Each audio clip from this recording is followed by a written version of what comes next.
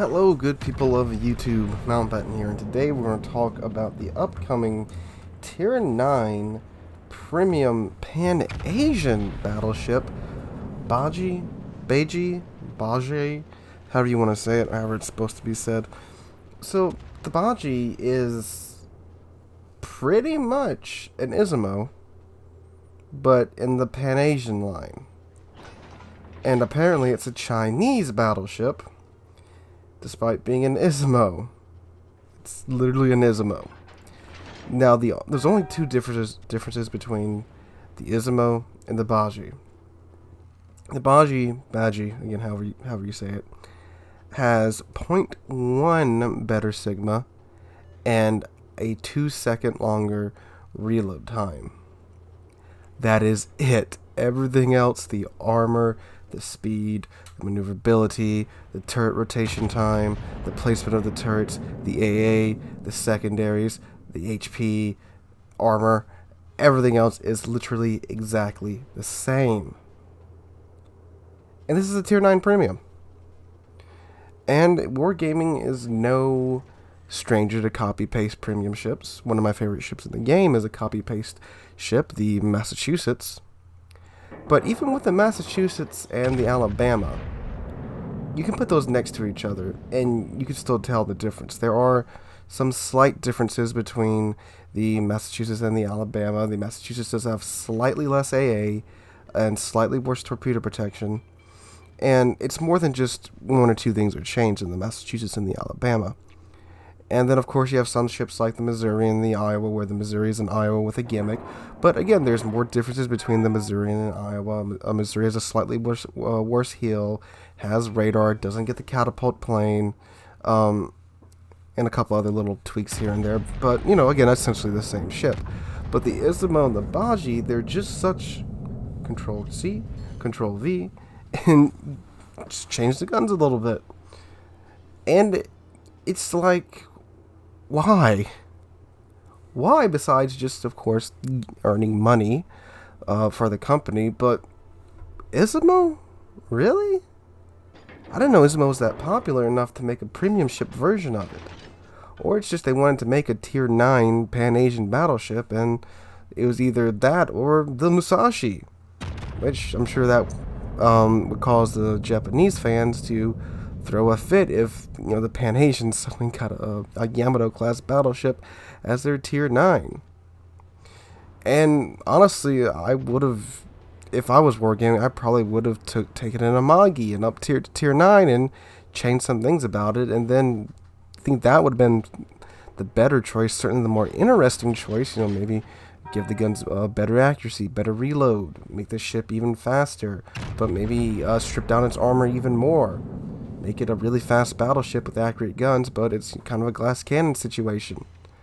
Just something more interesting there. Or even if you wanted to do the Izumo, maybe give it better secondaries.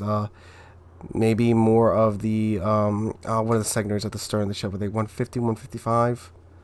Maybe give them more of those larger caliber secondary guns rather than the little, whatever, 105s, whatever, the 100 millimeter, whatever those guns are in the back of the ship. I can't remember exactly, because it's been a long time since I played the Izumo.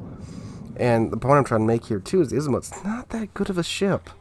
It's certainly gotten a lot better than the 2017, early 2018 version of the ship, where it was just a freaking pain to grind through for me, and I did grind through the Izumo 100% legitimately. I didn't free XP any of it, and boy, that was a terrible grind. Now, she's gotten several buffs since then, and she's a lot better, but still not all that great. And I do understand that some people do like this ship, because sure, it is quirky, it's an interesting design for sure, but in my opinion, it's just not that good.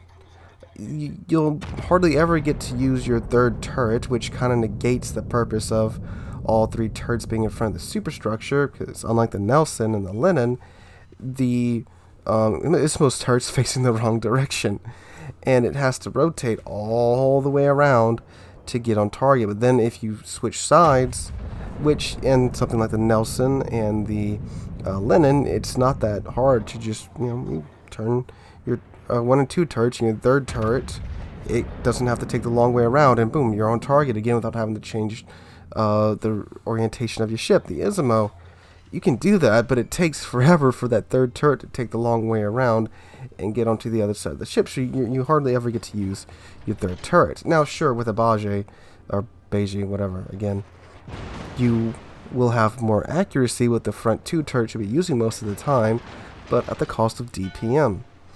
And it's not worth it, in my opinion, if that's all you're changing about the ship, because this is very similar to the Yami's legendary upgrade, where you get better dispersion but at the cost of reload time.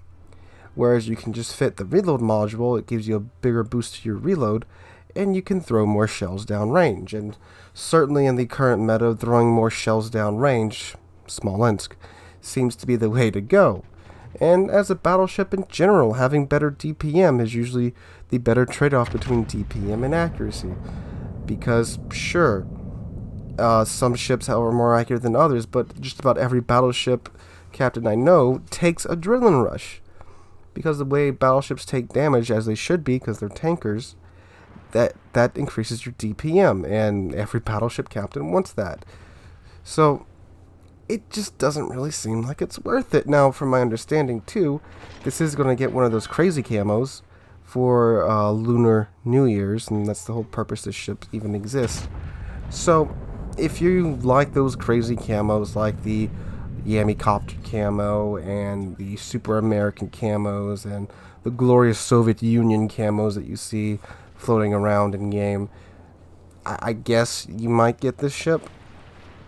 But for everyone else, I'm just saying, like, I don't really even have to review this thing because it's just an Izumo, and I don't think it's going to be worth whatever they charge for it, because it's a tier 9. It's not going to be free. If they release it for free, and by free I mean like you have to do a campaign, do a directive, something like that, I'll be surprised, and very surprised at that too.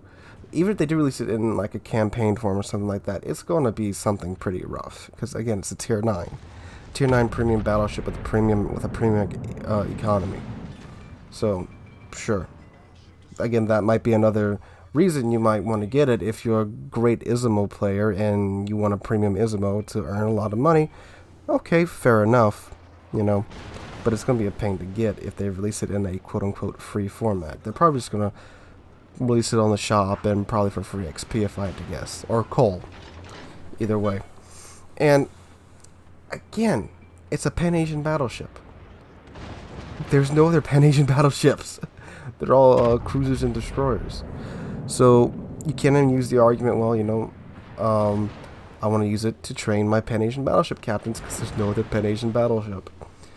And even if they do release another Pan-Asian battleship, I guess this is going to be the trendsetter where they're going to take battleships from the other lines and they're going to get better accuracy but at the cost of reload.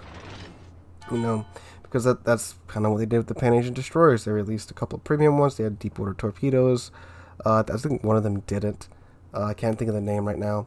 But they had deep water torpedoes, and that's kind of the trendsetter for the line right there.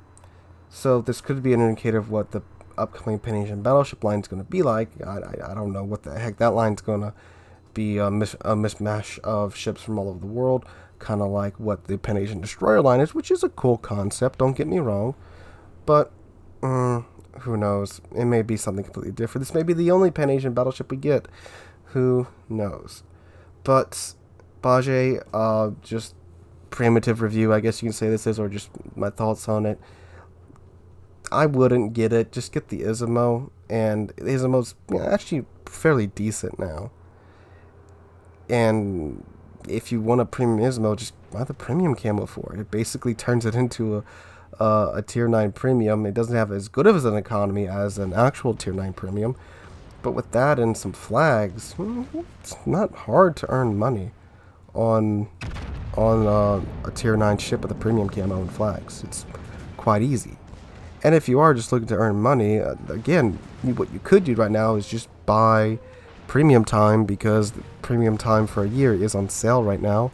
It's only $50, And that's honestly your best way to solve your economic problems is get premium time. You'll be rolling in so many credits you won't know what to do with them. So there's that. But I guess that's what on the Bajie. It seems like a bit of a money grab from Wargaming right now. They literally didn't even change the ship. I could just scratch out at the bottom below the health bar where it says Izumo and replace it with Bhaji, and you wouldn't know the difference besides the reload time. It's literally the same ship. The camo, the default camo, I'm pretty sure it's exactly the same too as the Izumo's default camo. Oh, well, premium camo. If I didn't have the blue camo on, this could literally be the Bajie without the super Lunar New Year camo. So yeah, it's that much of a copy and paste ship. Probably will not be worth it. They may change it a little bit, although I do think Lunar New Year's is like early January, late January. So I doubt they change too much about it before then.